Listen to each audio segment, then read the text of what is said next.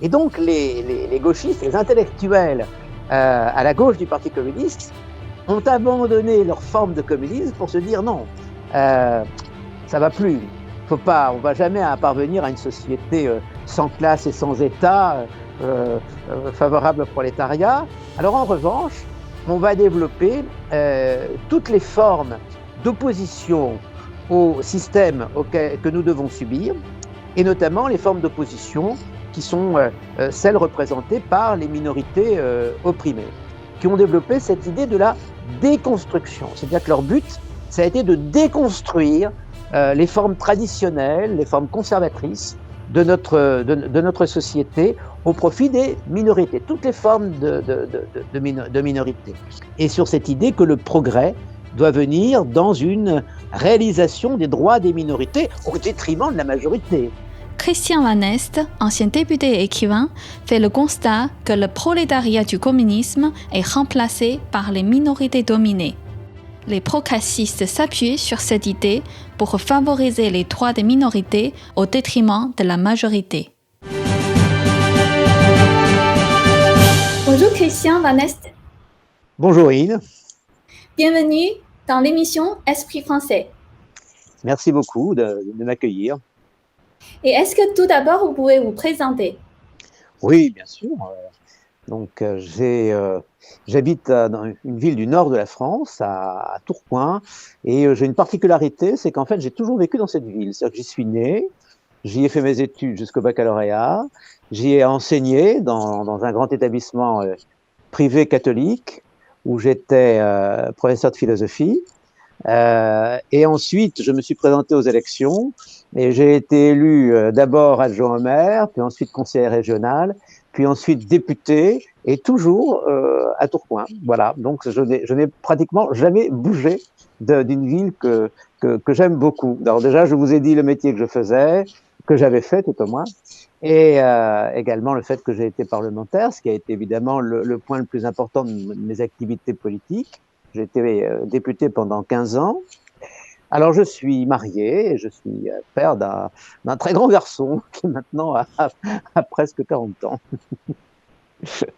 Ok. Voilà. Récemment, vous avez écrit un article. Toutes les cases de la dictature sont cochées, ou presque. Oui. Oui. Est-ce que cela veut dire que nous ne sommes plus en démocratie en France?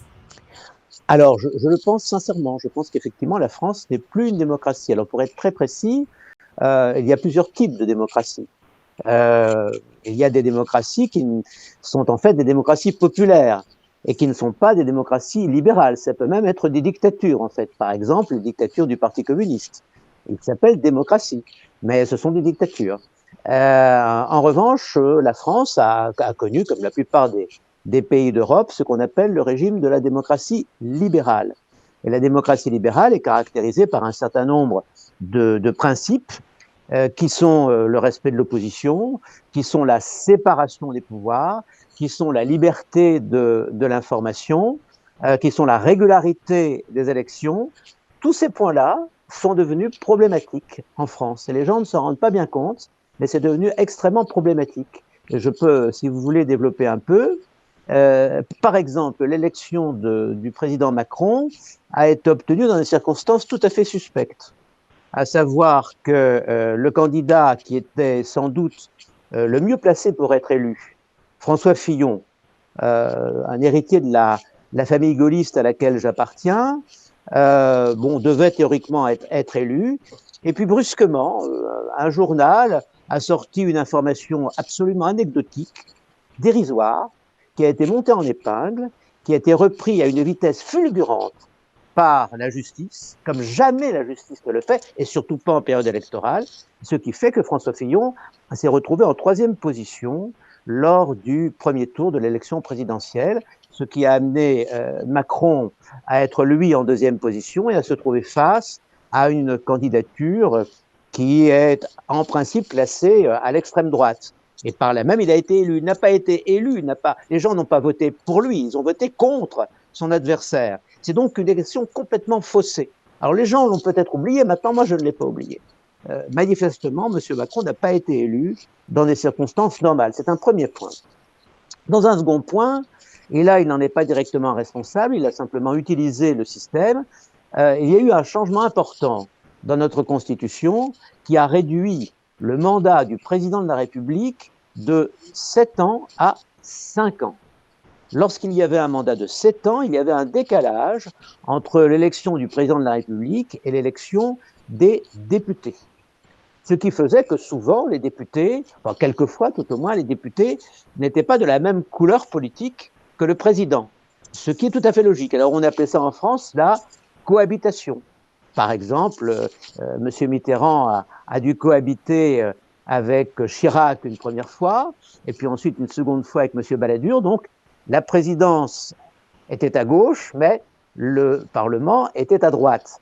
Or, la Constitution n'est pas, comme on le pense, une Constitution présidentielle. Ça ne l'était pas, pas du tout. De Gaulle avait prévu une Constitution très équilibrée, et lorsque la droite gagnait les élections parlementaires, les élections législatives, alors effectivement, le régime parlementaire prenait le dessus, puisque manifestement, c'est le Premier ministre qui détenait le pouvoir et non plus véritablement le président de la République. En ramenant l'élection des députés à 5 ans, juste après l'élection du président, on a supprimé cet équilibre, puisque les électeurs, d'une façon assez logique, envoient à l'Assemblée une majorité qui va soutenir le président qu'ils viennent d'élire.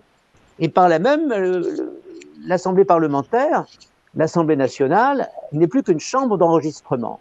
Alors, lorsqu'il y avait, et j'y ai participé, des chambres où il y avait des députés, bon, moi j'ai été 15 ans député, qui avaient, si vous voulez, une certaine expérience et en plus une certaine existence personnelle.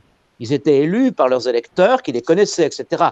Ils pouvaient contrebalancer cet effet-là, c'est-à-dire exister. Moi-même, je me suis opposé assez fortement, il faut le dire, à M. Sarkozy, même en étant membre de sa majorité. Je n'étais pas du tout d'accord sur certaines de ses positions et je n'hésitais pas à le dire, quelquefois à ne pas voter ses textes, etc. Donc, si vous voulez, la démocratie continuait à être parlementaire. Ce n'est plus vrai du tout.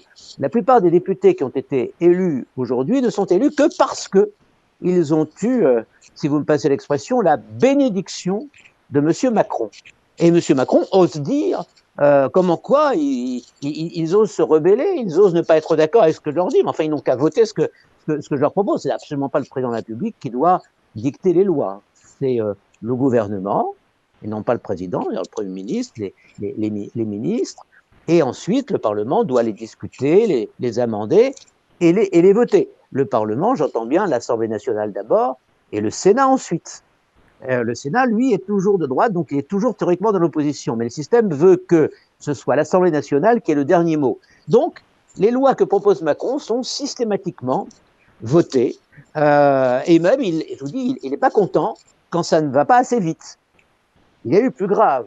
Il y a un de ses ministres, le ministre de la Santé, M. Véran, un fort mauvais ministre, qui a osé dire, alors qu'il était à l'Assemblée, il a osé dire aux députés que s'ils n'avaient pas conscience du problème actuel sur le plan sanitaire, autrement dit, s'ils n'obéissaient pas au programme gouvernemental, ils devaient sortir. C'est inqualifiable qu'un ministre ose dire à des députés chez eux, c'est-à-dire dans l'hémicycle, qu'ils doivent sortir, mais c'est lui qui aurait dû immédiatement être mis à la porte. C'est une atteinte profonde à la séparation des pouvoirs. Il n'y a plus de séparation des pouvoirs en France, et je viens vous en donner dans le fond 2 exemples, parce que théoriquement, en France, il n'y a que 2 pouvoirs. Le pouvoir législatif et le pouvoir exécutif, c'est-à-dire le président et le gouvernement. La justice en France n'est pas un pouvoir, c'est une autorité. Elle est un cran en dessous, et manifestement, comme il y a des parquets qui reçoivent des ordres généraux, je ne dis pas des ordres particuliers, mais des ordres généraux, des consignes. Ils sont là pour appliquer la loi, les parquets, et ils reçoivent des consignes du ministre de la Justice pour dire de quelle manière les parquets doivent l'appliquer. Donc tout ça est parfaitement logique en France, il n'y a rien à dire. Cela dit, il y a aussi des échelons, il y a la possibilité de faire appel, il y a la Cour de cassation, Il y a le Conseil constitutionnel également. Bon, donc il y a un certain nombre d'échelons qui font des contre-pouvoirs, même sur le plan judiciaire. Pour M. Fillon, lorsqu'on l'a éliminé d'une façon absolument mais scandaleuse de l'élection présidentielle, eh bien, ça n'a pas joué. Il a été vraiment balayé par un parquet, le parquet national financier, qui avait été créé par M. Hollande, à l'époque où M. Macron était secrétaire général adjoint à l'Élysée, c'est-à-dire très proche de M. Hollande. Et tout ça, manifestement, apparaît comme une sorte de coup d'État judiciaire. Je n'invente pas le terme, ça a été utilisé très récemment par l'auteur d'un livre qui s'appelle « Une justice politique ». Et je pense que l'auteur de ce livre, qui est un avocat, Régis de Castelnau, a parfaitement raison. Donc, vous voyez, quand j'emploie le terme dictature, c'est pas une invention, quoi. C'est véritablement dû à cette atteinte profonde à ce que doit être une véritable démocratie parlementaire, avec une séparation des pouvoirs, avec des élections régulières. Il n'y a eu ni l'un ni l'autre. Dans la mesure où M. Macron a des liens très particuliers avec un certain nombre de milliardaires français, on s'aperçoit que ces milliardaires français sont très majoritairement les possesseurs des grandes chaînes d'information ou également d'une grande partie de la presse. Et comme par hasard, il y a, par rapport au président actuel, une sorte de concert de louanges assez facile, qui fait qu'il est soutenu par la presse. Ça me fait penser quand même à ces pays où il n'y a pas de presse libre et où la presse a tendance à suivre le régime. Ici, c'est d'une façon plus subtile, mais ça se fait par les amis, si vous voulez, par tous ceux qui, notamment, étaient présents le soir du premier tour de l'élection présidentielle, lorsqu'il a réuni ses amis dans une brasserie très connue de Montparnasse, qui s'appelle La Rotonde, et où il y avait un certain nombre de ces gens-là, ou de leurs intermédiaires qui étaient présents. Donc, beaucoup de journalistes lui sont également favorables. Je pense par exemple à ceux de la chaîne télévision BFM TV. Ça se voit comme le nez au milieu du visage. Et enfin, il y a également, et je reviens à Trump, ce qu'on appelle l'État profond. L'État profond, en France, ce sont les hauts fonctionnaires, et qui jouent un rôle considérable en France. Or, M. Macron est la caricature du haut fonctionnaire, puisque c'est quelqu'un qui n'a jamais eu la moindre expérience politique, qui a fréquenté l'École nationale d'administration, l'ENA, qui est donc sorti de l'ENA, qui a ensuite occupé un poste important, donc immédiatement à l'Élysée, en étant secrétaire général adjoint de la présidence. Et auparavant, il avait fait ce qu'on appelle en France du pantouflage, c'est-à-dire qu'il avait fréquenté une très grosse entreprise, parce que ce passage de la fonction publique à la très grosse entreprise, c'est très facile en France. Hein. En général, d'ailleurs, c'est plutôt l'inverse. On commence par la politique et ensuite on s'en va dans une grosse entreprise et en général, on coule cette entreprise. Mais je n'insiste pas là-dessus. Là, en revanche, il a travaillé pour la banque Rothschild, ce qu'il a évidemment mis en contact avec un certain nombre de puissances financières qui ont joué un rôle sans doute non négligeable dans son élection. Tout ça fait un ensemble, si vous voulez, qui est extrêmement négatif, extrêmement sombre. J'ajoute à cela qu'on pourrait dire oui, mais enfin, dans une dictature, en général, le dictateur n'est pas neutre, il a une idéologie derrière lui. Oui, M. Macron a une idéologie derrière lui.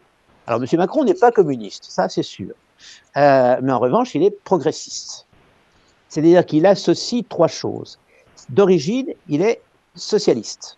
Et il continue à pratiquer une politique de social-démocratie, avec notamment le triptyque habituel, c'est-à-dire une dépense publique considérable. Vous savez qu'en France, la dépense publique atteint quelque chose comme 56 ou 57% du produit intérieur brut, du PIB, avec bien sûr des impôts à l'avenant, une fiscalité extrêmement forte, puisqu'elle atteint, elle, 45 ou 46%. Ce sont vraiment des records mondiaux, ce que je vous dis là. Il n'y a aucun autre pays en Europe qui a des chiffres pareils. Avant, il y avait deux pays qui n'en étaient pas loin, c'était des pays scandinaves, pour des raisons un peu différentes, mais je n'ai pas le temps de m'étendre là-dessus. C'était le Danemark et la Suède. C'est plus vrai maintenant. La France les a dépassés. Extraordinaire. Hein, la France est plus socialiste que les pays qui se disaient social-démocrates ou sociodémocrates, comme on veut. Donc, si vous voulez, ça, c'est un premier point. C'est un socialiste, on l'oublie, mais c'est un socialiste. Donc, si vous voulez, la situation est claire. Il y a d'une part un socialiste qui, curieusement, pratique une sorte de nouveau socialisme qui, dans le fond, consiste à être très libéral pour les très riches et très socialiste pour ceux qui ne le sont pas. C'est-à-dire qu'il a, comme il a beaucoup d'amis qui eux-mêmes sont extrêmement fortunés, les premières mesures qu'il a prises, ça a été la suppression de l'impôt sur la fortune, non pas pour toutes les fortunes, mais uniquement pour les fortunes mobilières. Autrement dit, la personne qui a beaucoup d'actions, y compris si elle spécule d'ailleurs, voit une grosse diminution de ses impôts, notamment ne paye plus l'ISF. Il y a d'autres mesures qui ont été prises dans le même sens, hein, notamment l'emploi de la flat tax pour les dividendes de ces personnes-là. Voilà. Donc, grosse faveur pour les très riches. Mais en revanche, distribution importante pour les peu riches et matraquage fiscal des classes intermédiaires, c'est-à-dire des classes moyennes. Vous voyez ça, je résume, mais c'est le système Macron, donc social-démocratie en bas, hyper-libéralisme très sélectif en haut. Et au milieu, si j'ose dire, le progressisme.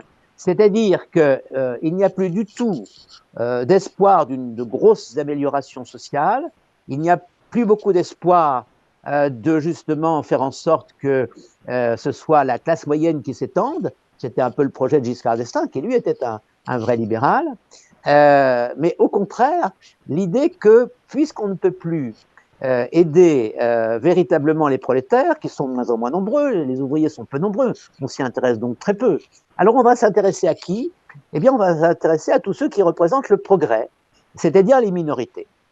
Minorités sexuelles, minorités religieuses, minorités immigrées, etc. Et plus on va leur donner de droits, eh bien, plus on considérera que l'on a progressé. C'est la véritable idéologie du macronisme, on s'en rend compte à chaque fois.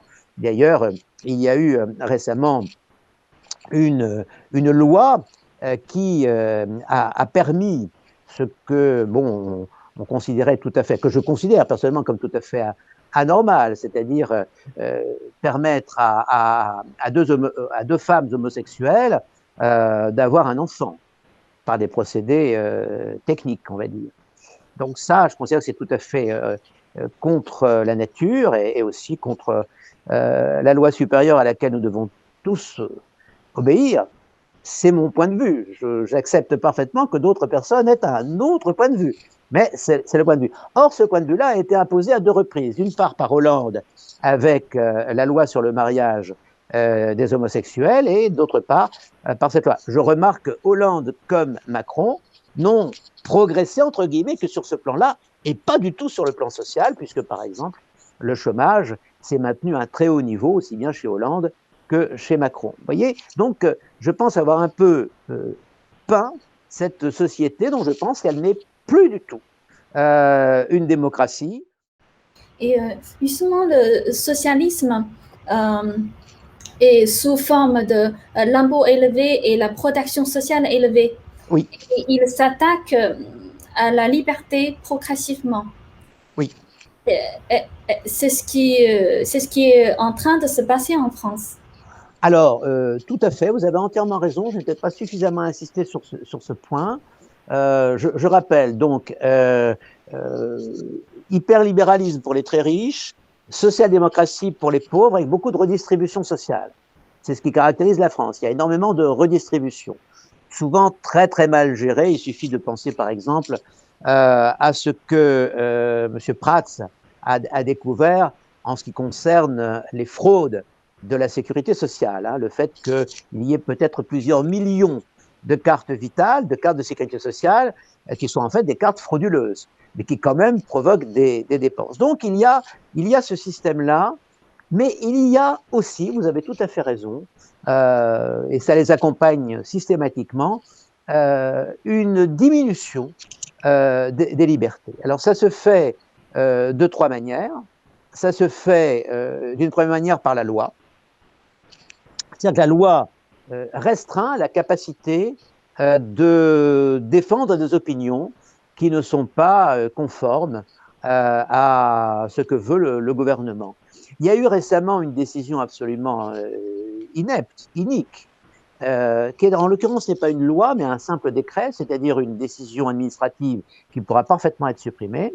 C'est la dissolution de Génération Identitaire.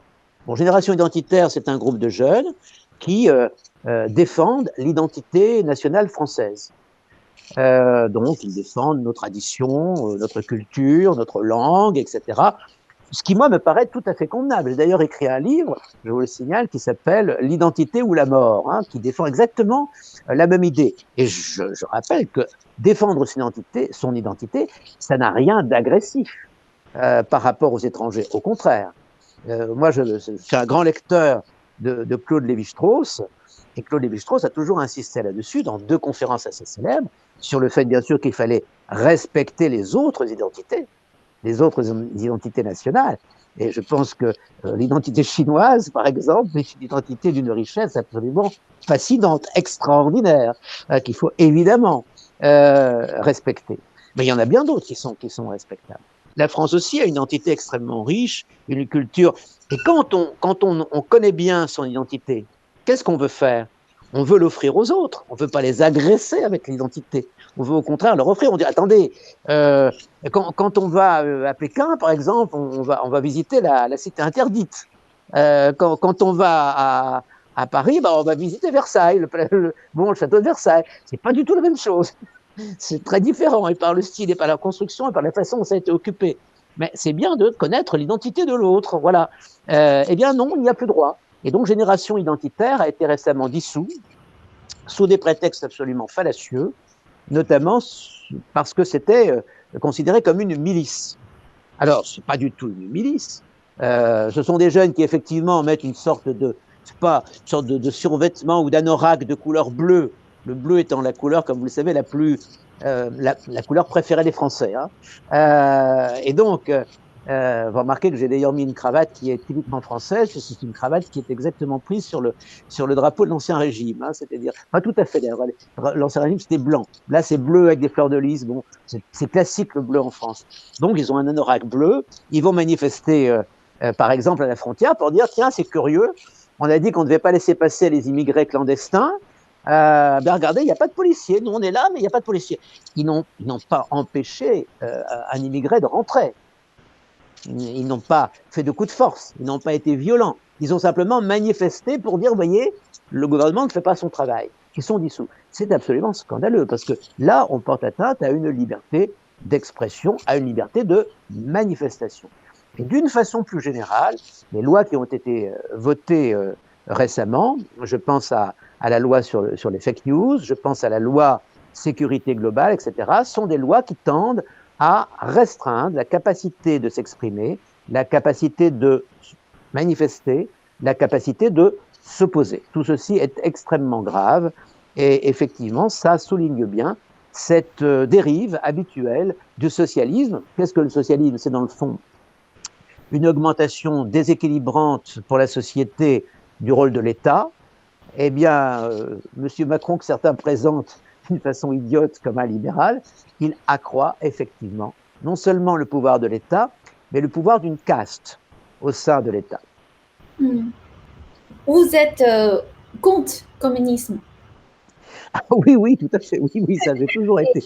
J'ai même participé en 1968. Vous voyez, c'était quand j'étais assez jeune, j'étais en faculté à l'époque. Vous savez qu'il y a eu des troubles en France en 1968, qui étaient organisés en grande partie par ce qu'on appelle des gauchistes, c'est-à-dire des gens qui sont à la gauche du communisme, mais qui sont des communistes, parce qu'eux aussi veulent instituer une société communiste.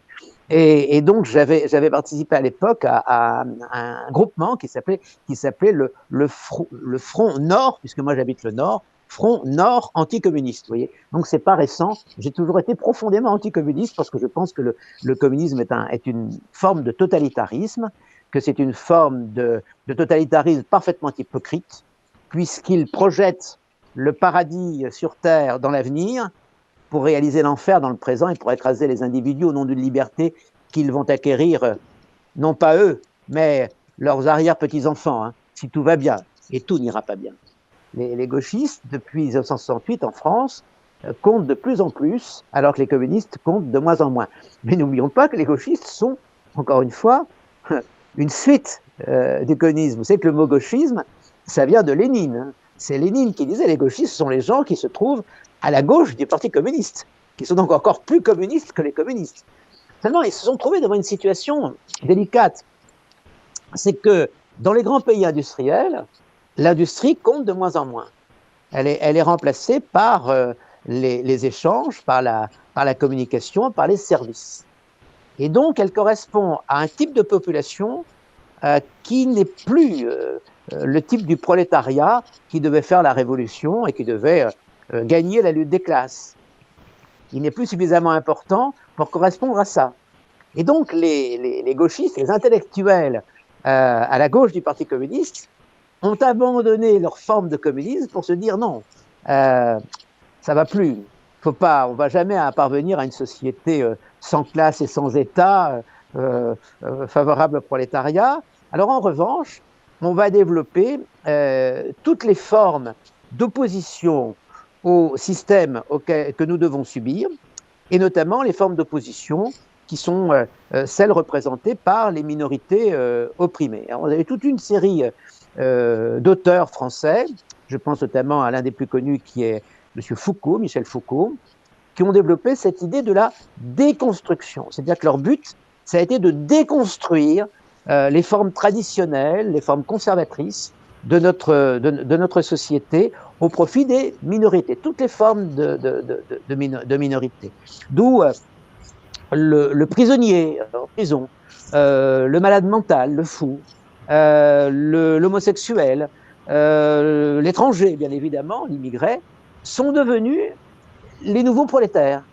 C'est-à-dire les gens dont on pense qu'ils sont, comme le prolétaire l'était dans le système capitaliste, on pense que ce sont des victimes. Et donc, il faut les défendre. Ce qui est évidemment un peu excessif, parce que d'abord, ils ne sont pas tous dans la même situation, bien au contraire, et que d'autre part, ils ne représentent pas une force révolutionnaire en tant que telle. Donc, c'est quand même ce qui a animé les gauchistes. Et effectivement, si vous observez ce qui se passe aujourd'hui en France, comme aux États-Unis d'ailleurs, avec un curieux phénomène, c'est que la France a exporté aux États-Unis la pensée des déconstructionnistes, c'est-à-dire la pensée de Foucault, de Derrida, de Deleuze, etc. Et cette pensée nous est revenue comme un boomerang. Et aujourd'hui, des réalités qui sont déformées par les gauchistes américains reviennent en France en étant évidemment encore plus déformées. Il n'y a pas du tout une forte minorité de descendants d'esclaves en France, pas du tout. Il y a en France, par exemple, des immigrés qui sont venus volontairement en France et qui ont absolument les mêmes droits que les autres Français lorsqu'ils sont naturalisés, ou qui ont les mêmes droits que les étrangers qui ne sont pas des immigrés mais simplement des visiteurs. Bon, il y a aujourd'hui en France des mouvements qui s'appellent par exemple le mouvement indigéniste ou le mouvement décolonialiste, on considère qu'en France, il y a toujours un système épouvantablement oppresseur et qui écrase un certain nombre de victimes, notamment les groupes que je vous ai cités. Vous remarquerez qu'il y a une parenté entre cette conception gauchiste et la conception à laquelle j'ai fait allusion tout à l'heure pour dire ce que sont les socialistes qui soutiennent Macron aujourd'hui. Tous les deux s'appuient sur cette idée des minorités et sur cette idée que le progrès doit venir dans une réalisation des droits des minorités au détriment de la majorité. J'entends souvent les Français qui disent la gauche ou la droite, c'est pareil. Une fois qu'ils sont au pouvoir, c'est vraie gauche, fausse droite. Alors, c'est effectivement quelque chose qu'on entend souvent, à savoir la droite et la gauche sont des conceptions aujourd'hui dépassées. Alors, c'est pas absurde de dire ça, dans la mesure où le président actuel, Macron, prétend, lui, n'être ni de gauche ni de droite. C'est évidemment complètement faux. Il est de gauche par son origine, il est socialiste, et il est de gauche également par ses intentions, il est progressiste, donc il est de gauche. Cela dit, ça n'apparaît pas parce que la, la formation politique des Français est assez faible. Et donc, ils n'ont pas une conception, si vous voulez, philosophique et idéologique de la politique. Il se trouve que moi, ma profession étant la philosophie, précisément, j'ai une conception très idéologique de la politique. Donc, je suis beaucoup plus réceptif à ce genre de différence. Alors, depuis la fin du communisme, au sens fort du terme, depuis la fin du bloc communiste de l'URSS, si vous voulez, on est passé d'une conception sociale de la révolution à une conception sociétale.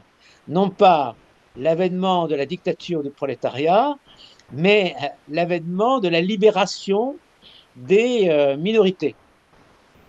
Et de ce point de vue-là, la différence entre la gauche et la droite doit toujours exister.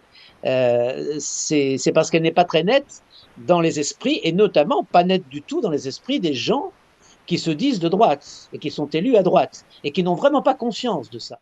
Vous étiez à l'UMP. Oui. Vous vous souvenez, en 2009, Oui. Xavier Bertrand, Oui. Au nom de l'UMP, a signé un accord de coopération avec le Parti communiste chinois. Mmh. Comment Oui, je me souviens très bien qu'à l'époque, nous avons été plusieurs à considérer que c'était une faute. Mmh. Nous étions hostiles à ça. J'étais tout à fait hostile. Vous savez, la Chine communiste est un pays totalitaire. C'est une dictature dirigée par un parti unique. Manifestement, une démocratie ne doit avoir que des rapports lointains avec un régime de ce type. Vous savez, on dit toujours qu'il ne faut pas, que quand on mange avec le diable, il faut une cuillère très longue. Mmh. Et là, en l'occurrence, cette signature, c'était une cuillère très petite. Non, c'était pas digne du tout. On ne fait pas un accord entre un parti démocratique et puis un parti totalitaire. C'est complètement absurde. Ça nous avait beaucoup choqués. Je me souviens. Vous voyez, je l'avais un peu oublié, cette affaire-là. Vous me la rappelez maintenant et je me souviens que nous avions été plusieurs à réagir vraiment très véhémentement pour dire que nous n'étions pas d'accord avec cette. De la même façon, nous étions plusieurs également à manifester à propos, par exemple, alors ça, j'avais un ami, moi-même, je n'ai jamais été très lié à ça, parce que bon, je considère qu'il ne faut pas non plus trop ennuyer les gens dans leur politique intérieure. Mais j'avais un ami qui était Lionel Lucas, qui était très proche de moi, on était membre d'un sous-groupe de l'UMP qui s'appelait la droite populaire, et qui, pour le coup, là, était vraiment de droite, si vous voulez. Et donc, nous avions manifesté, je me souviens, à propos du Tibet et à propos de la manière dont la Chine communiste se comporte par rapport au Tibet. Mmh. Et Confucius a dit ceux qui ne s'engagent pas dans les mêmes voies ne devraient pas coopérer. Oui, bien sûr. Et comme le parti de droite, un parti de droite, et le Parti communiste chinois, c'est les deux valeurs opposées. Ce sont les deux valeurs opposées. Nous n'avons absolument rien en commun. Si vous voulez, il faut dire trois choses. La première chose, c'est que d'abord, c'est un parti étranger qui est tout puissant dans son pays. Donc, lorsqu'on a un contact avec lui, c'est un contact qui n'est pas un contact avec le parti, c'est un contact qui est un contact avec le pays. Et donc, on doit déjà beaucoup se méfier. Parce que manifestement, on n'est pas du tout au même niveau de responsabilité. Ça, c'est le premier point. Le deuxième point, c'est que la Chine, bien sûr, donne une illusion d'ailleurs qui est en grande partie dangereuse sur le plan économique, c'est d'être devenu un pays libéral sur le plan économique, puisque vous avez des entreprises privées ou qui paraissent privées, très puissantes, qui sont en contact permanent sur le plan économique avec les grandes entreprises du monde occidental. Donc il y a là une illusion. C'est qu'il ne faut pas du tout confondre l'économie et la politique. Ce sont deux choses profondément différentes. Je lis un auteur qui n'est pas très connu, qui s'appelle Julien Freund, et qui a écrit un excellent ouvrage qui s'appelle « L'essence du politique ». Et où il dit il y a des essences, il y a des voies différentes qui jamais ne se rencontrent. Par exemple, la morale, la politique, euh, l'économie, la religion, ce sont des voies différentes. Il ne faut pas les mélanger. Mhm. Et notamment, il ne faut pas mélanger l'économie à la politique, surtout pas faire en sorte que l'économie dicte sa loi à la politique. Pour moi qui suis conservateur, vous parlez de Confucius tout à l'heure.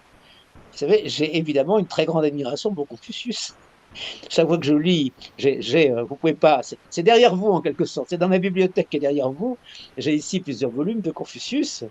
Et bon, c'est la pensée politique conservatrice dans son essence, c'est-à-dire la pensée du bien commun à chacun des niveaux de responsabilité qu'un homme politique peut avoir, comme d'ailleurs Confucius lui-même en a exercé des responsabilités politiques, si vous voulez. Donc, je me sens très bien avec Confucius, je me sens beaucoup moins bien avec Mao Tse-tung, mais la Russie, si vous voulez, est aujourd'hui beaucoup plus proche de Confucius que de Mao Tse-tung, dans la mesure où elle est devenue très conservatrice, hein, sur tous les plans. Moi, sur le plan, ce qu'on appelle sociétal, c'est-à-dire notamment la façon de concevoir la famille, la Russie est tout à fait dans les normes que, personnellement, je respecte. Et qui étaient d'ailleurs des normes de Confucius, hein, c'est-à-dire le respect de la famille, de la cité, de l'empire. Mhm. Voilà, CSA a donné le feu vert pour une chaîne d'État chinoise, ça s'appelle CGTN. oui, Or que Angleterre, le 4 février, a retiré sa licence de diffusion. d'accord. Mais avec le feu vert de France, cette chaîne d'État chinoise peut continuer à diffuser sa propagande en Europe. Oui, oui. J'ai eu l'occasion de l'écouter, je pense, lorsque j'étais dans un hôtel, je pense. C'était une des chaînes de l'éventail qui est offert sur l'écran de télévision de cet hôtel. Et quelle Et est votre... c'était en français, c'était une chaîne chinoise, mais c'était en français. Et en Europe, il y aura d'autres langues, en fait. Oui. Et quel est votre avis? Pourquoi c'est la France qui, qui autorise la propagande du Parti communiste chinois? En France, oui. Il y a eu un parti communiste qui était extrêmement puissant. Et donc, il y a énormément d'intellectuels français qui se disaient marxistes. Les gauchistes, qui dominent encore une grande partie du monde intellectuel français, qui sont présents dans des journaux comme Libération, dans Le Monde aussi. Parce que curieusement, ce sont en général les journaux les plus respectables, entre guillemets, qui couvrent ce genre d'idées. Donc vous avez toujours une sorte de porte ouverte pour le communisme. C'est très frappant d'ailleurs de voir que les intellectuels français ont toujours été plus favorables aux dictatures communistes qu'aux dictatures conservatrices. Même si ces dictatures conservatrices étaient d'une certaine manière respectables, d'autant plus respectables qu'en général elles acceptaient de laisser la place un jour ou l'autre à la démocratie, ce qui n'était pas le cas. Je prends deux exemples, si vous voulez. Hein. C'est beaucoup d'intellectuels français ont eu, alors là pour le coup, une très grande sympathie pour un pays qui est toujours communiste, c'est Cuba. Cuba était pratiquement un modèle pour des gens aussi connus que Jean-Paul Sartre. Et j'en passe. Et en revanche, la pire des choses, c'était le Chili du général Pinochet. Alors que quand vous regardez l'évolution économique des deux pays, manifestement, le Chili a progressé beaucoup sous Pinochet. Ce n'est pas le cas du tout de Cuba sous Fidel Castro. Et que d'autre part, Pinochet a perdu un référendum. Et après avoir perdu un référendum, il a quitté le pouvoir. Les castristes sont toujours au pouvoir à Cuba. C'est une grande différence. C'est ça la gauche française. Et en général, l'intelligentsia française est toujours marquée par cette inégalité de traitement entre la droite et la gauche. Donc, idéologies marxistes sont bien présentes dans des universités et des grandes écoles françaises? Alors effectivement, le marxisme a laissé des traces très profondes dans la pensée française, et notamment cette idée que le monde est partagé entre dominants et dominés, et que la justice demande à être du côté des dominés. Alors simplement, le marxisme traditionnel qui faisait des dominés essentiellement le prolétariat, aujourd'hui a été remplacé par une pensée néo-marxiste, gauchiste, qui consiste à remplacer le prolétariat par les minorités dominées. Voilà. Mais le mécanisme demeure le même. C'est l'idée qui est assez bien représentée par le journal Libération. C'est que le journal Libération a été fondé par Sartre. Et que il y a dans l'idée de libération une idée très forte. On pourrait penser que libération et liberté, c'est la même chose. C'est pas du tout la même chose. La liberté, c'est une capacité que chaque personne a de choisir le bulletin pour lequel il va voter lorsqu'il est aux élections, de choisir aussi quelle profession il va faire, de choisir son destin en somme. Et à chaque fois de dire, j'ai la possibilité de choisir. Et c'est ma raison qui va me dicter le choix. C'est ce qu'on appelle le libre arbitre. Ça, c'est la conception conservatrice de la liberté. La libération, c'est tout à fait autre chose. Ça ne consiste pas à dire l'homme est libre, il dit non, l'homme n'est pas libre. L'homme doit se libérer parce que justement, il est aujourd'hui esclave d'un certain nombre de déterminismes qui sont des injustices sociales qu'il faut supprimer. Donc la liberté n'existera qu'à la fin de la libération. Elle n'existe pas maintenant. Évidemment, cette fin n'arrive jamais et donc les hommes ne seront jamais vraiment libres. Non, moi je suis pour la liberté du libre arbitre, c'est-à-dire la liberté de chaque homme, de chaque femme, en tant qu'être raisonnable, rationnel, capable d'opérer des choix. C'est ce qui se traduit d'ailleurs sur le plan de la justice. Personnellement, je considère que la justice doit être sévère.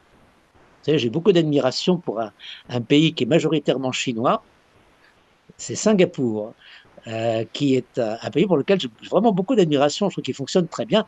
C'est que la justice de Singapour est extrêmement sévère. Et pourtant, c'est une démocratie. Les gens votent, ils ont le choix de voter soit pour le parti, c'est vrai, qui est au pouvoir depuis fort longtemps, ou bien pour l'opposition. Mais bon, et d'ailleurs, Lee Kuan Yew était un confucéen, hein, le fondateur du Singapour actuel était un homme d'Oxford, mais qui avait lu Confucius. Hein. Eh bien, la justice est très sévère parce que précisément, il considère que on ne doit pas excuser le crime ou le délit par une situation sociale ou par des troubles prétendument psychologiques. La plupart des hommes et des femmes sont conscients, raisonnables et peuvent donc choisir d'agir bien ou mal et donc doivent être punis.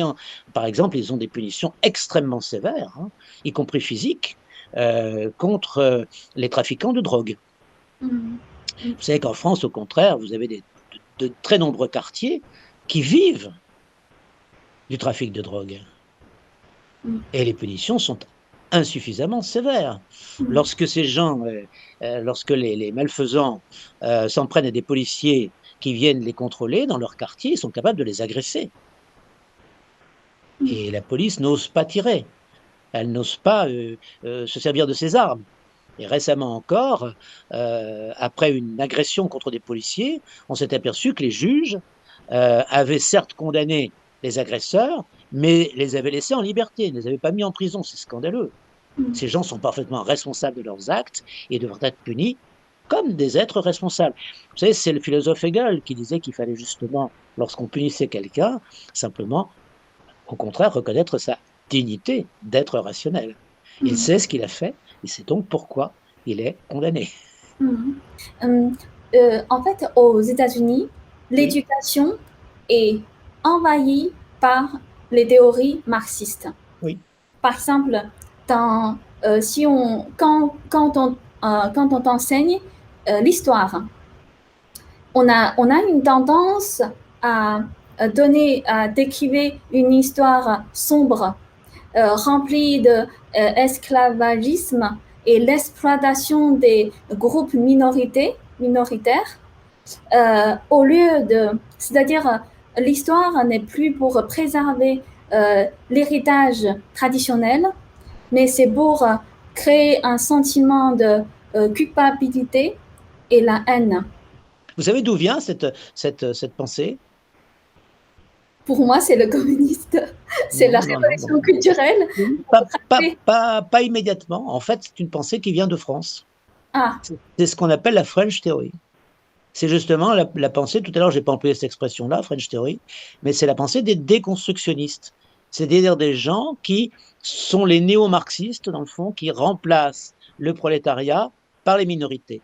Ce qui est évidemment absurde, c'est que ça ait pu fonctionner aux États-Unis. Je ne comprends pas.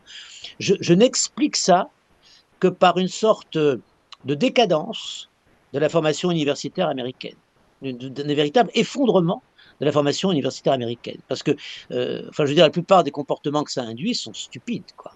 Par exemple, l'idée de déboulonner des statues, choses comme ça, c'est très bête. Enfin, je comprends pas que les États-Unis puissent connaître ce genre de situation. Mais je connais pas bien les États-Unis, en fait. Dans le livre que j'ai écrit, là, il y a un passage où je dis, vous savez, l'homme à abattre aujourd'hui, c'est John Wayne. C'est-à-dire le grand mâle blanc hétérosexuel. C'est le pire des... Alors que cet homme, il n'a rien fait de mal. Et au contraire, c'est pour moi un modèle d'existence, il est très bien.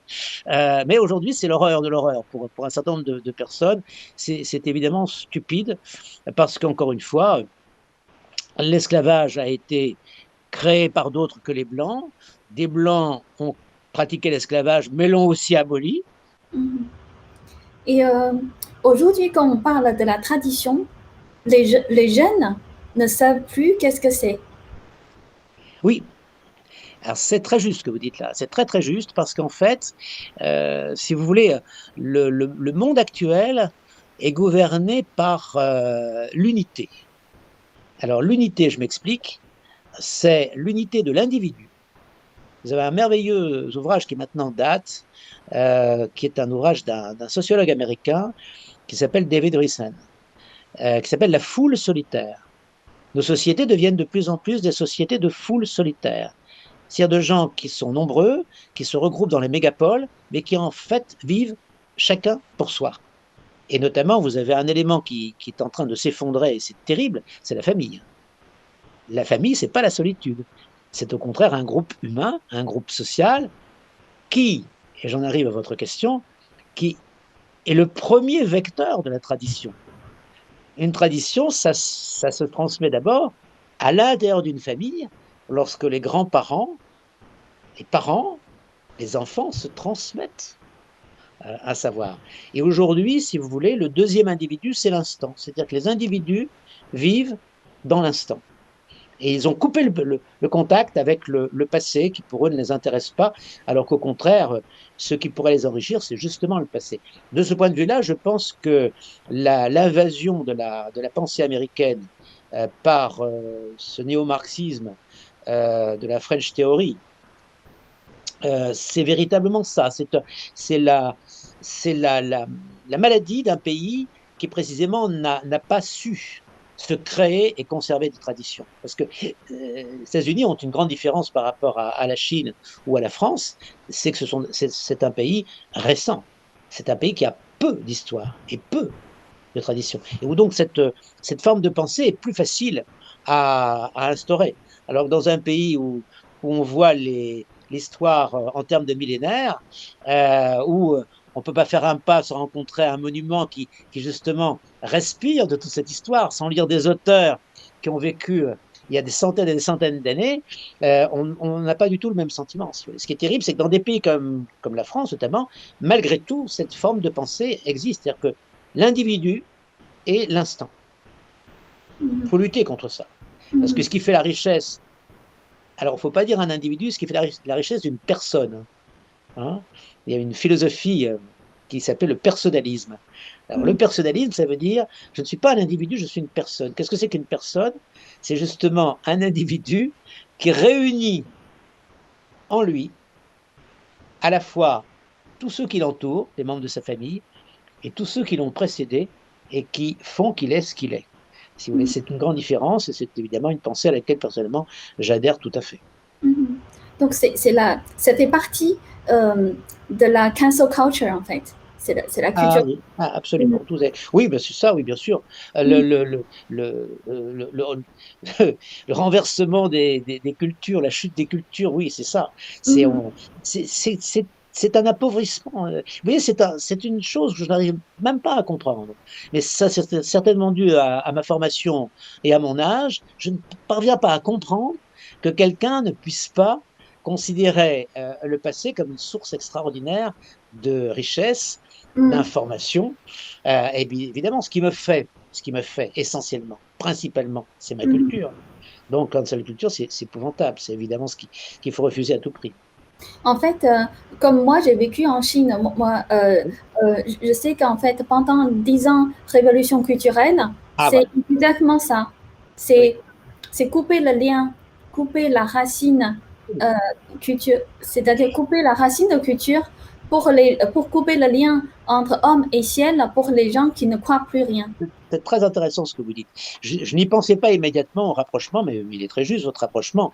La révolution culturelle, effectivement, c'était de ramener les enfants d'une civilisation millénaire à, à une époque.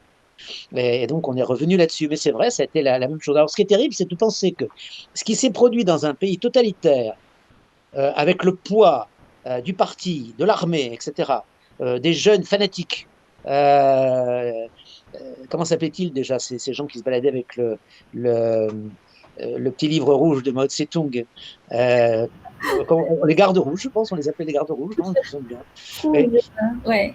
oui, je crois qu'on les appelait comme ça. Et donc ces gens-là, dans un pays totalitaire, bon, on ne peut pas admettre, mais on comprend. Mais que cela puisse se produire dans une démocratie, mais les bras vous en tombent, c'est incroyable.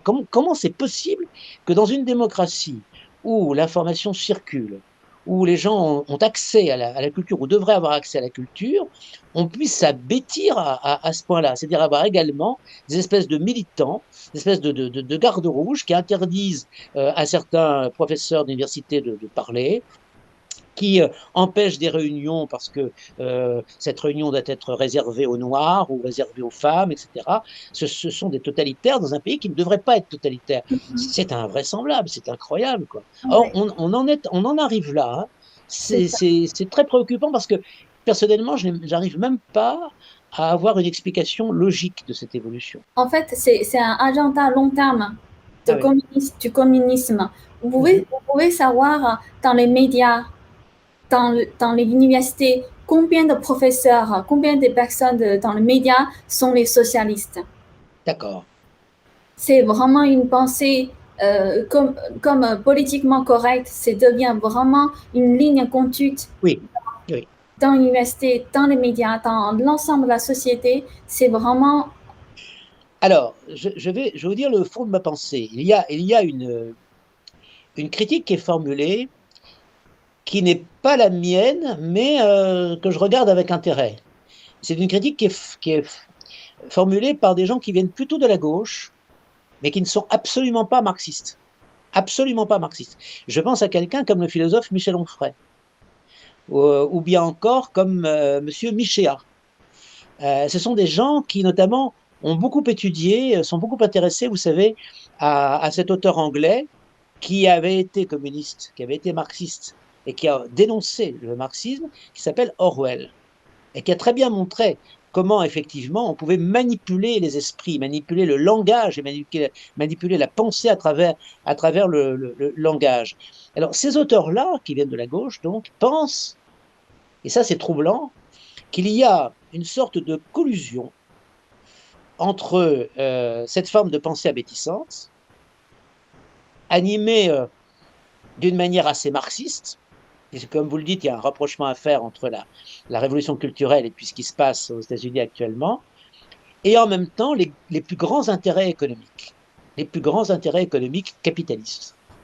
C'est pas inintéressant d'entendre ça, parce que vous vous dites, oui, dans le fond, si vous prenez par exemple le monde de l'information, vous savez, il y avait responsable d'une grande télévision française, c'était TF1, qui disait qu'est-ce que c'est que TF1? Eh bien, c'est une société qui vend des minutes de réceptivité cérébrale à des diffuseurs d'informations publicitaires. Le TF1 vit pourquoi? Parce que telle ou telle publicité va acheter très cher le passage de quelques minutes, par exemple, juste avant le journal télévisé de 20 heures. Donc c'est une décérébration organisée, mais qui cette fois-ci, bizarrement, utilise les moyens du communisme, puisque ça fait penser à la propagande, mais pour une finalité qui n'est plus du tout communiste, qui est en fait le plus grand intérêt capitaliste qui soit. Moi, je suis frappé, vous savez, en raison de mon âge, je m'en rends bien compte, lorsqu'il y avait une télévision d'État en France, certes, cette télévision d'État avait tendance à être un petit peu dirigée par le pouvoir. Il n'y avait pas de contre-pouvoir, c'était discutable. C'était discutable. Mais enfin, bon, les gens pouvaient aussi écouter la radio, lire les journaux, qui, eux, n'étaient pas dirigés par l'État. Je fais allusion, là, à l'époque de De Gaulle. Hein. De Gaulle, lorsqu'il en parlait à son ministre de l'Information, Perfit, disait, bon, écoutez, nous, on n'a que la télévision, quoi. Tous les autres sont contre nous. Bon, c'est un peu comme Trump, quoi. Tous les autres sont contre nous. Donc, il disait ça. Aujourd'hui, on se dit, alors je finis, mais à l'époque, vous aviez aussi un très haut niveau culturel à la télévision. Moi, je me souviens, par exemple, qu'un soir, lorsqu'il n'y avait qu'une seule chaîne de télévision, tous les Français, mes parents, moi, j'étais tout jeune à l'époque, nous nous sommes retrouvés devant l'écran de télévision pour regarder une pièce d'un tragédien grec, Échille. Je n'imaginais pas une seconde qu'une télévision actuelle passe une pièce d'Échille. Même Molière aujourd'hui, il n'en est plus question, parce que tout simplement, c'est trop élitiste. Il faut montrer des spectacles les plus bêtes qui soient, et dans le fond, en abêtissant les gens, en leur faisant oublier qu'ils ont une culture qui pourrait être d'un autre niveau sur le plan de la réflexion, eh bien on en fait d'excellents consommateurs, avec un esprit très ouvert au moment de la page de publicité, et ensuite ils vont accepter cette page de publicité et suivre le courant. On peut se demander d'ailleurs jusqu'à quel point ce qui se passe en ce moment, à savoir la gestion du Covid, avec cette espèce de domestication des comportements par les médias, n'est pas une forme accentuée de ce nivellement abêtissant des populations, des démocraties occidentales qui sont de moins en moins démocratiques. Donc ce que vous dites est tout à fait intéressant, mais vous voyez, ça montre que le communisme a pris un tout autre visage, quoi. Mais la Chine n'est pas du tout éloignée de ce visage, puisque effectivement, le capitalisme se porte très bien en Chine. Hein. Oui. Et justement, vous avez écrit un livre qui s'appelle L'identité ou la mort. Oui. Et c'est quoi l'identité française? Alors, l'identité française, c'est pour moi, avant tout, la première forme de l'identité, c'est le langage. Pour moi, l'identité, c'est avant tout l'identité culturelle, le fait d'appartenir à une culture, à une tradition que l'on reçoit et qu'on essaie de transmettre. Moi, j'étais professeur. Qu'est-ce que c'est qu'un professeur? C'est un transmetteur. Et le centre de cette transmission pour la France, je pense que c'est essentiellement le langage, c'est la langue française. Parce que bon, la religion a joué un rôle en France. La France est imprégnée de catholicisme. On dit non, non, non, non, c'est un pays laïque, c'est complètement faux. La France est imprégnée de catholicisme, vous ne pouvez pas faire un pas sans tomber sur une église, une cathédrale, un monastère, etc. Bon, c'est être idiot que de nier. Les Français ont commencé, vous savez, cette première forme de cancel culture, c'est la Révolution française. Hein. Lorsqu'on a commencé à transformer les églises et à raser les couvents. Hein. Mais heureusement, les Français sont revenus là-dessus. Au contraire, maintenant, ils cultivent leur passé. Hein. Mais il est clair que l'identité religieuse joue un rôle, mais ce n'est pas primordial, parce que vous avez des minorités importantes en France, la minorité protestante, qui aurait d'ailleurs parfaitement pu devenir majoritaire, problème de rapport de force, et l'identité juive également, qui est très ancienne en France, qui joue un rôle important. Donc ces identités-là font que on ne peut pas placer l'identité française sur le plan de la religion, d'autant plus que depuis la Révolution, précisément, la France s'est pratiquement séparée de la religion. Hein. On a séparé l'Église et l'État.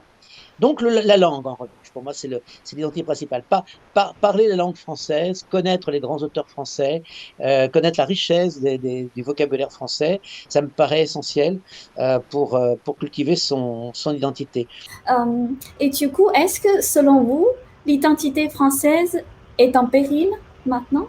Oui, considérablement. Pour moi, c'est le problème numéro un du pays. Beaucoup plus grave que tous les autres problèmes. Beaucoup plus grave que le Covid, beaucoup plus grave que notre situation économique qui pourtant est extrêmement périlleuse, extrêmement menacée, parce que là, c'est véritablement la possibilité que ce pays disparaisse. Parce que ce pays, c'est pas un territoire. Ce pays, c'est une nation. C'est une nation très ancienne qui a été pratiquement le premier État-nation d'Europe, le premier État-nation d'Europe, et qui a été d'ailleurs, cette nation a été littéralement constituée par l'État autour des rois de France.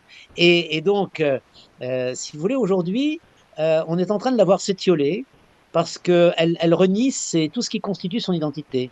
Par exemple, le fait de ne pas considérer que la religion catholique soit une religion plus importante que les autres en France, parce que nous serions un pays laïque, c'est absurde. Il est évident que la religion catholique a joué un rôle beaucoup plus important en France que l'islam, par exemple. L'islam n'a joué qu'un seul rôle, c'est de temps en temps essayer de nous envahir, c'est tout. Donc, il n'y a pas de raison qu'on ait un intérêt prodigieux pour l'islam. On respecte les musulmans qui vivent en France, point. Mais manifestement, l'islam ne participe pas à la culture française, c'est très clair. Les plus grands éducateurs dans l'histoire ont les mêmes conclusions sur l'éducation. Ils ont dit, le but de l'éducation est de cultiver les meilleures vertus et moralités.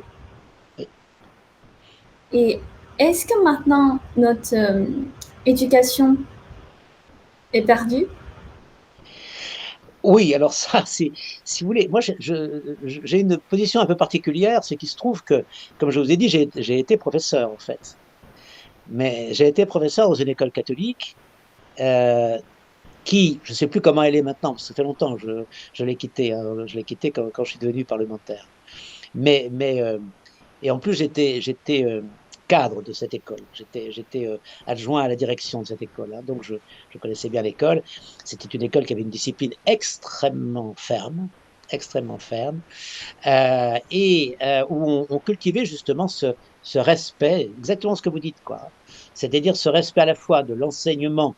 On a quelque chose à enseigner, c'est un savoir, c'est aussi un savoir-faire, et c'est aussi un savoir-vivre, la politesse, le respect. Moi, quand j'entrais en classe, les élèves se levaient, si vous voulez. Et lorsque je commençais à parler, il était hors de question qu'un seul puisse encore élever la voix, sauf lorsque je lui demandais. Je pense que c'était une bonne façon de travailler. J'ai eu un jour une élève musulmane, d'ailleurs, qui était, disons qu'elle était assez faible. C'était pas ma meilleure élève. Elle était assez faible. Mais elle se donnait un mal, mais considérable. Vraiment. Elle travaillait. Eh bien, je l'ai aidée comme j'ai pu. Je l'ai même un peu favorisée pour les notes. Vous savez, en me disant, si je lui donne une note un peu supérieure à ce que j'aurais vraiment mis, ça va l'encourager à travailler. Eh bien, elle a fini par avoir son baccalauréat. Vous voyez, et ça correspond exactement à ce que vous avez dit tout à l'heure, cultiver les vertus. C'est-à-dire qu'on a quelque chose à apprendre, mais on a aussi une vertu à cultiver. Aujourd'hui, on tombe dans quelque chose de tout à fait différent. D'une part, on considère que ce n'est pas le professeur qui doit apprendre quelque chose. C'est en revanche l'élève qui doit s'épanouir tout seul, comme ça, qui doit se réaliser. On doit respecter ses avis, alors que non, c'est l'enseignant qui apprend, c'est pas l'élève qui apprend. Quand je vois que certains professeurs aujourd'hui répugnent à enseigner certaines pages d'histoire sous prétexte que certains élèves refuseraient qu'on leur parle de cette histoire, je trouve ça scandaleux. Bien évidemment qu'on doit leur enseigner cette histoire, et même plus à eux qu'à d'autres, pour qu'ils deviennent précisément des gens capables de vivre dans ce pays qu'est la France. Vous savez, vous avez un très grand psychologue de l'éducation français qui s'appelle Jean Piaget, et qui avait développé cette idée que toute éducation se fait finalement à partir d'accommodation et d'assimilation, si vous voulez. Hein. C'est-à-dire que, lorsque j'apprends quelque chose, je dois assimiler quelque chose qui m'est étranger. Mais en même temps, je dois faire devenir mien ce qui est étranger. C'est-à-dire que chaque individu va prendre une nouvelle chose d'une façon différente parce qu'il va chercher à mettre cette chose en rapport avec ce qu'il a déjà en lui, en quelque sorte. Et c'est ça le travail de l'éducation. Bien évidemment, si l'individu veut que tout vienne de lui, il ne viendra rien, parce qu'en lui, à la base, il n'y a pas grand-chose. L'enfant, à l'origine, est assez pauvre, en fait. Et vous êtes conservateur? Oui, mais en France, c'est rare. En France, on n'ose pas dire conservateur. Moi, je le dis exprès. Je suis conservateur et fier de l'être. Oui, absolument. Justement, en fait, vous dites que vous êtes conservateur, et en France, justement, on sent que les conservateurs sont assez faibles, dans le sens parce que les médias, éducation et dans l'ensemble sont envahis par les socialistes. C'est pire que ça. C'est pire que ça. Vous savez, si je vous disais la personne avec laquelle je me suis heurté un jour à cause de ce mot conservateur, vous seriez surprise. Cette personne est assez connue. Il s'agit de Nicolas Sarkozy. Un jour, j'étais allé voir Nicolas Sarkozy, j'étais parlementaire à l'époque, il n'était pas encore président, il était ministre, il n'était pas encore président. Et je suis allé le voir, j'étais en très bon terme avec lui jusqu'à une certaine date. Mais à l'époque, j'étais en très bon terme avec lui. Et je lui ai dit, tu sais Nicolas, il faut que tu comprennes que les conservateurs t'attendent. Tu dois être conservateur. Il m'a regardé avec un regard effrayant. Je me suis dit, manifestement, il doit penser ce type est un idiot. Et je me suis dit, bon, l'idiot, c'est peut-être pas moi. mais en tout cas, là, j'ai compris que lui, comme la personne dont je vous parlais tout à l'heure, Madame Pécresse, etc., ce sont des gens pour lesquels le mot conservateur est un repoussoir, un épouvantail. Ils ne comprennent pas que, précisément, si la droite n'est pas conservatrice, elle n'est rien. Alors, vous savez, être conservateur, c'est pas vouloir tout conserver. Hein. C'est pas vouloir conserver le passé sans y toucher. Souvent, les conservateurs sont au contraire les plus grands modernistes, parce que précisément, ils savent utiliser leur expérience pour aller de l'avant.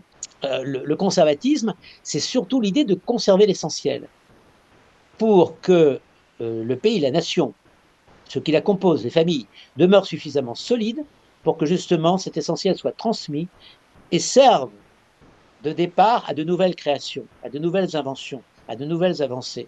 C'était Georges Pompidou qui a été le président qui a succédé à Charles de Gaulle. C'était un conservateur. Charles de Gaulle lui-même était un conservateur. Bien sûr, puisqu'il voulait avant tout conserver la France. Oui. Bon, donc, si vous voulez, c'est ça le conservatisme. C'est pas le fait de vouloir tout conserver. Et aujourd'hui, la droite française n'ose plus employer le mot conservatisme, non seulement en raison du poids du marxisme, comme vous l'avez dit, mais c'est plus grave que ça. Parce que le marxisme, si vous voulez, il faut comprendre qu'il y a en France, ce qu'il n'y a pas du tout en Grande-Bretagne, pas du tout, vous avez une sorte de lien entre la Révolution et le marxisme. Lien d'ailleurs que les marxistes comme Lénine assumaient parfaitement. Lénine, quand vous l'analysez, c'est dans le fond un des personnages principaux de la Révolution, mais qui aurait réussi au lieu d'échouer. Le nôtre a échoué, il a fini guillotiné. Mais il avait quand même réalisé pendant presque 2 ans une dictature en France. Il s'agit de Robespierre. Et quand vous analysez les personnalités de Robespierre et de Lénine, c'est la même chose. Ce sont exactement les mêmes prototypes. C'est-à-dire les anticonservateurs par essence. Ceux qui veulent, c'est la grande idée ça, de ces gens-là, créer un homme nouveau. Leur grande idée, c'est de créer un homme nouveau, un homme qui n'existe pas. Et pour créer un homme nouveau, un homme qui n'existe pas, il faut évidemment faire table rase de tout le reste. Il faut évidemment que l'État qui va former cet homme soit possesseur de tous les pouvoirs. d'où le communisme était l'une de ces utopies chargées de réaliser cet homme nouveau. Et d'une certaine manière, vous avez encore ce phénomène-là aujourd'hui. On veut créer un homme nouveau. Avec la différence, c'est que pour les communistes, l'homme nouveau, c'était le prolétaire libéré. Pour les gauchistes, je ne vois pas ce que ça peut être. Vous ne pouvez pas faire un homme nouveau à partir de minorités qui, en plus, ne sont même pas d'accord entre elles. Je reprends mon exemple des féministes ou des homosexuels, par exemple, avec les musulmans. Et comment les conservateurs peuvent s'unir pour lutter contre le marxisme ou le progressisme? Ah, c'est difficile. C'est ça, c'est le côté le plus désespérant des choses. Certains considèrent d'ailleurs qu'effectivement, il y a une sorte de maladie française qu'ils appellent, à partir du mot latin, le sinistrisme. Vous savez, sinistre, ça veut dire gauche en latin. C'est bien d'ailleurs que le mot sinistre veuille dire gauche. Moi, ça me plaît beaucoup, ça. Et donc, le sinistrisme, c'est la maladie française qui consiste à penser qu'on doit toujours aller de plus en plus vers la gauche. C'est absurde parce que plus la France est allée vers la gauche, moins elle s'est bien portée. Parce qu'entre nous soit dit, si vous prenez la force de la France aujourd'hui par rapport à ce qu'elle était à la fin de l'Ancien Régime, il n'y a pas photo. Hein. Alors, à la fin de l'Ancien Régime, la France était le premier pays d'Europe et de loin. C'est plus tout à fait le cas. Donc, sans vouloir revenir à l'Ancien Régime, je dis simplement, il faut regarder les choses comme elles sont. La progression, le progressisme n'a jamais été une réussite en France, et c'est la raison pour laquelle il faut oser être et dire que l'on est conservateur. La droite française ne l'ose pas. Et voilà. Est-ce que vous pensez que le marxisme est le virus le plus dangereux? Alors, si vous voulez, au sens large du terme, oui, je pense effectivement, le monde communiste est un monde d'une part totalitaire et d'une part profondément hypocrite.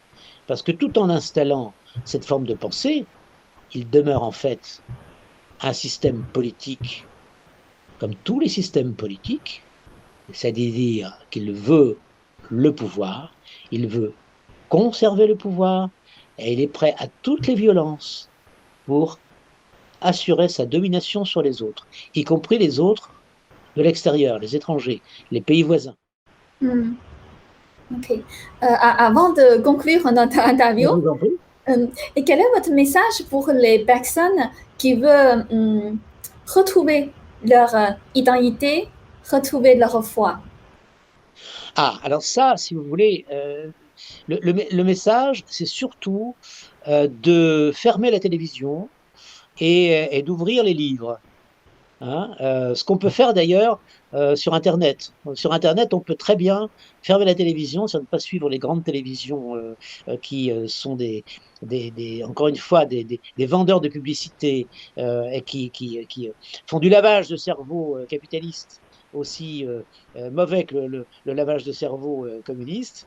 Il faut donc au contraire savoir ouvrir les livres, écouter, lire des conférences intéressantes ou des chaînes intéressantes comme la vôtre, et également donc